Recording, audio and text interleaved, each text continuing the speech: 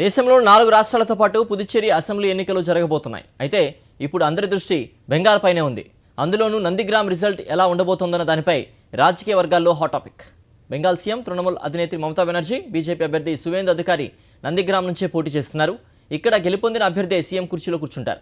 మరి అంతటి కీలకమైన నందిగ్రామ్లో ఓటర్ల నాడి ఎలా ఉంది? మా ప్రతినిధి ఇస్మాయిల్ అందిస్తున్న గ్రౌండ్ రిపోర్ట్.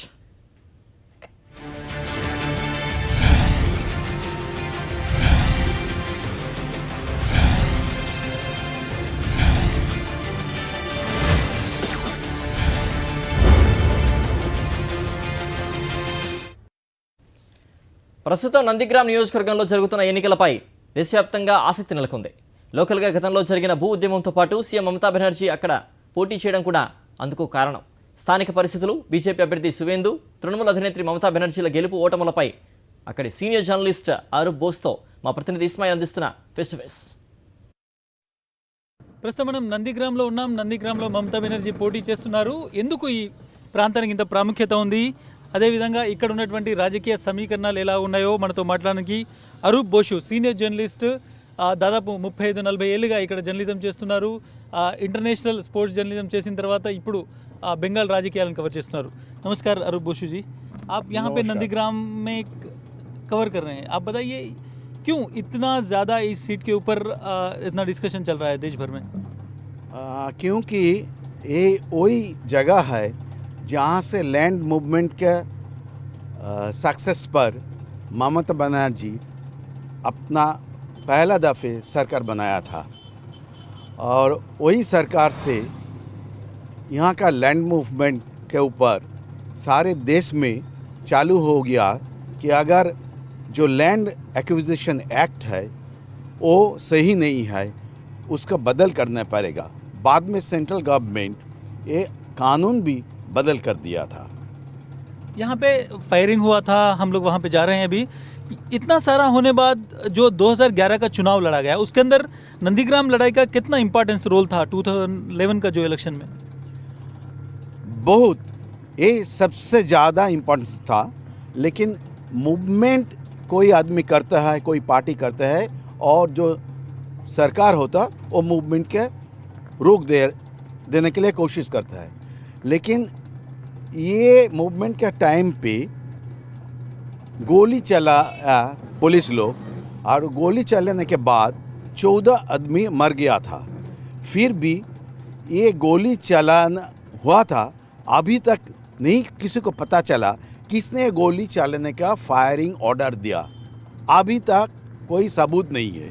फिर भी 14 आदमी मर गया था और वो उसी सरकार का था जो not only left government but the chief minister, उसी टाइम में जो चीफ मिनिस्टर था बुद्धदेव भट्टाचार्य, उसका पर्सनली उसका ऊपर में आज तक कोई पार्टी कुछ आरोप नहीं लगाया. फिर भी कुछ आरोप नहीं लगाया. लेकिन वामपंथ ने 2007 में जो इंसिडेंट हुआ था, फायरिंग इंसिडेंट, जो आंदोलन चला था, उसके बाद उनकी सरकार 2011 में गिर गई थी. सरकार यहाँ से ही शुरुआत हुई थी. अब यहाँ पे सुवेंदु अधिकारी जो लेफ्टिनेंट कहले जाते थे ममता बनर्जी के, वो ममता के अगेंस्ट में हैं. कितना दबदबा है उनका सुवेंदु को इस एरिया में? सुवेंदु कितने स्ट्रांग लीडर है यहाँ पे? सुवेंदु यहाँ का सन ऑफ द सॉइल है, ये तो पहला बात है. उसका फैमिली यहाँ का बहुत पुराना फैमिली है. उसका पिताजी यहाँ का एमपी है, उसका एक ब्रदर यहाँ के एमपी है, उसका और एक ब्रदर यहाँ का जो नज़दीक वाले म्यूनसिपलिटी है वहाँ उधर के चेयर पर्सन है. तो उसका बहुत ताकत है ये जगह पर. लेकिन उसका पूरा फैमिली आज तक जो लड़ाई किया, जितना ऊंचा आया, वो पूरा ममता बनर्जी का ऊपर ही है. तो उसीलिए अगर यहाँ ममता बनर्जी छोड़ के दूसरी कोई तृणमूल कैंडिडेट हो तो सुवेंदु आराम से जीत चुके थे. लेकिन यहाँ का कैंडिडेट जैसे ममता बनर्जी बन गया, अभी ये फाइट बहुत क्लोज हो गया. सर, ये फाइट बहुत क्लोज हो गया. इम्पॉर्टेंट फैक्टर्स क्या है यहाँ पे नंदीग्राम में? जो 2007 में जो आंदोलन हुआ था वो इम्पॉर्टेंट फैक्टर है, या फिर मुस्लिम फैक्टर है, या फिर डेवलपमेंट फैक्टर है? कौन सा बड़ा फैक्टर यहाँ पे होने वाला है सर? डेवलपमेंट के बारे में कुछ अलग खास डेवलपमेंट नंदीग्राम में नहीं हुआ। यहाँ सिंगल क्रॉप ग्राउंड है, यहाँ फिशरी होता है, यहाँ टेलरिंग होता है, बहुत सारे आदमी अपना अपना काम करते हैं।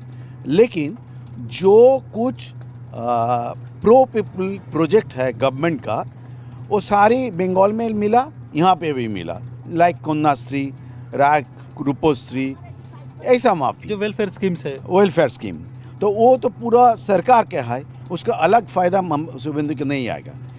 फ़ायदा यही है कि यहाँ 60 to 70% वोटर्स है मुस्लिम, तो ये मुस्लिम वोटर अगेंस्ट बीजेपी हो, जो भी आदमी हो, तो लेकिन शुभेंदु होने से कुछ प्रॉब्लम होगा, नहीं तो वो अलग दूसरी कोई बीजेपी कैंडिडेट होता तो उसको कुछ मुस्लिम वोट शुभेंदु को भी जा सकता है पर्सनली, पर्सनल रिलेशन पर बट एक फैक्टर हम देख सकते हैं कि जो शुभेंदु यहाँ का कैंपेन चल रहा है, शुभेंदु का जो वो बाहर से लोग यहाँ पे आ रहे हैं, लेकिन ग्राउंड लेवल पे क्या कैडर है शुभेंदु के पास, बीजेपी के पास यहाँ पे कैडर है नंदीग्राम में?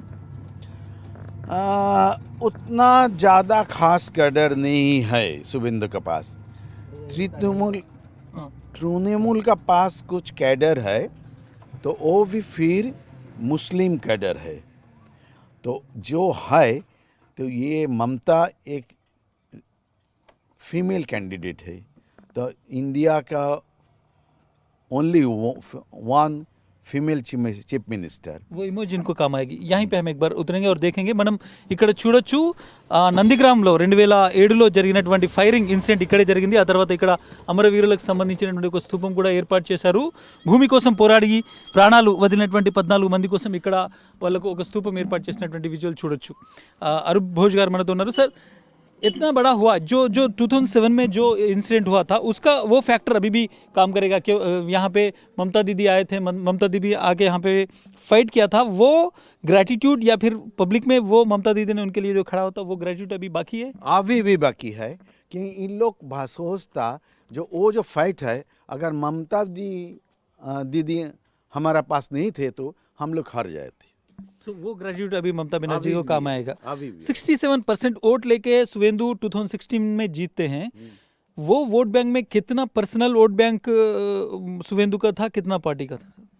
पर्सनल वोट बैंक उसका उतना ज़्यादा नहीं है, लेकिन शुभेंदु का फैमिली अभी बहुत मानी पर्सन है, फिर भी बीजेपी बहुत बड़ा मानी पार्टी है।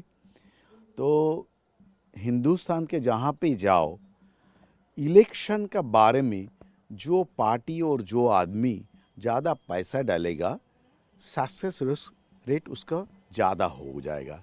ये मैंने यूपी में घूमा, ये मैंने हिंदुस्तान के अलग स्टेट में गया, बात सही है।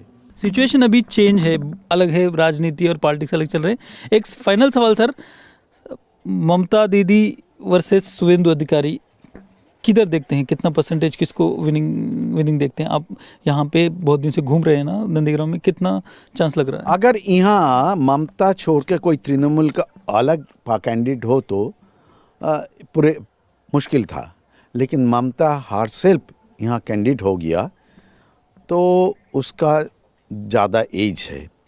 एक the local son of soil and पैसा है, और एक दफ़े strong party organisation and female sentiment, pro public sentiment. इसीलिए आज अगर वो वोट हो तो सम एज है, some advantage always with the Mamata Banerjee. Thank you Arun Bhoj. మనం చూడొచ్చు ఆయన చెప్తున్నటువంటి దాని ప్రకారం చాలా రోజులుగా ఆయన నందిగ్రామ్లో తిరుగుతున్నారు, ఇంటర్నేషనల్గా కూడా చాలా స్టోరీస్ కవర్ చేశారు। ఆయన అభిప్రాయం ప్రకారం ఒకవేళ మమతా బెనర్జీ కాకుండా వేరే ఎవరైనా కానీ ఇక్కడ క్యాండిడేట్ ఉంటే ఖచ్చితంగా शुभेंदु అధికారి గెలిచేవాడు, కానీ ఇప్పుడు కొంత ఎడ్జ్ కనిపిస్తుంది మమతా బెనర్జీకి అనేటువంటి మాట చెప్తున్నారు। బట్ ఓవరాల్గా చూసుకుంటే చాలా ఫ్యాక్టర్స్ ఉన్నాయి। ఇక్కడ నుంచి మమతా బెనర్జీ పోరాటాలు చేసింది కాబట్టి ఆ గ్రాటిట్యూడ్ లేకుంటే ప్రజలకు తమ వైపు పోరాడింది అని మమతా బెనర్జీ పైన ఒక సాఫ్ట్ కార్నర్ అయితే డెఫినెట్గా కనిపిస్తుంది। నందిగ్రామ్ నుంచి వీడియోస్ నారాయణ రెడ్డితో ఇస్మాయిల్, సాక్షి టీవీ, నందిగ్రామ్।